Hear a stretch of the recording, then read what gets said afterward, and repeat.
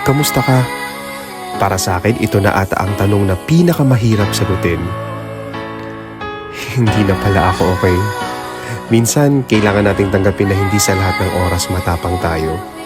Sa totoo lang, okay naman ako. Hindi lang ako sigurado sa nararamdaman ko. Kinakabahan, hindi makatulong, walang maisip na tamang sagot sa katanungan. Ngingiti pero mag-aalala, natutulala, hihingang malalim, hahalakha. Pipiliing mag-isip ng masasaya pero sa bandang huli, makakaramdam ng takot. Umiyak, sumigaw. Lahat ginawa ko na para maalis lahat na nagpapabigat ng kalooban ko. Iniisip ko, sobrang unfair ng mundo. Ngunit sa pagkakataong maisip mong mahina ka o nawawala ng pag-asa, huminga ka ng malalim, lumayo pansamantala sa mga bagay na bumabagabag sa'yo.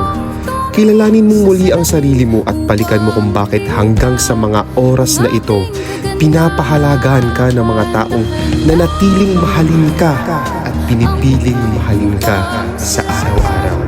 Patuloy mong pagyamanin ang mga kakayahan mo, kumilala at sumubok ng mga bagong karanasan at ibalik mo ang respeto at pagmamahal sa sarili mo.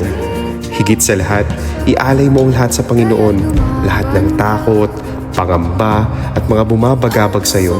Tanging siya ang makapagbibigay ng kapayapaan sa puso mo. Kaya sa muling tatanungin ka kung kamusta ka, hindi mo namamalayan, puso mo na ang ngingiti at mangungusap sa kanila. Wala nang takot at pangamba kasi matapos ng lahat ng pinagdaanan mo, buong buo ka na, mas malakas at matapang at higit sa lahat, punong-puno ng pagmamahal.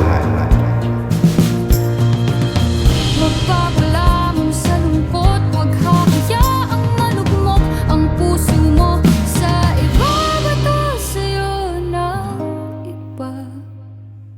Tandaan mo, sapat ka.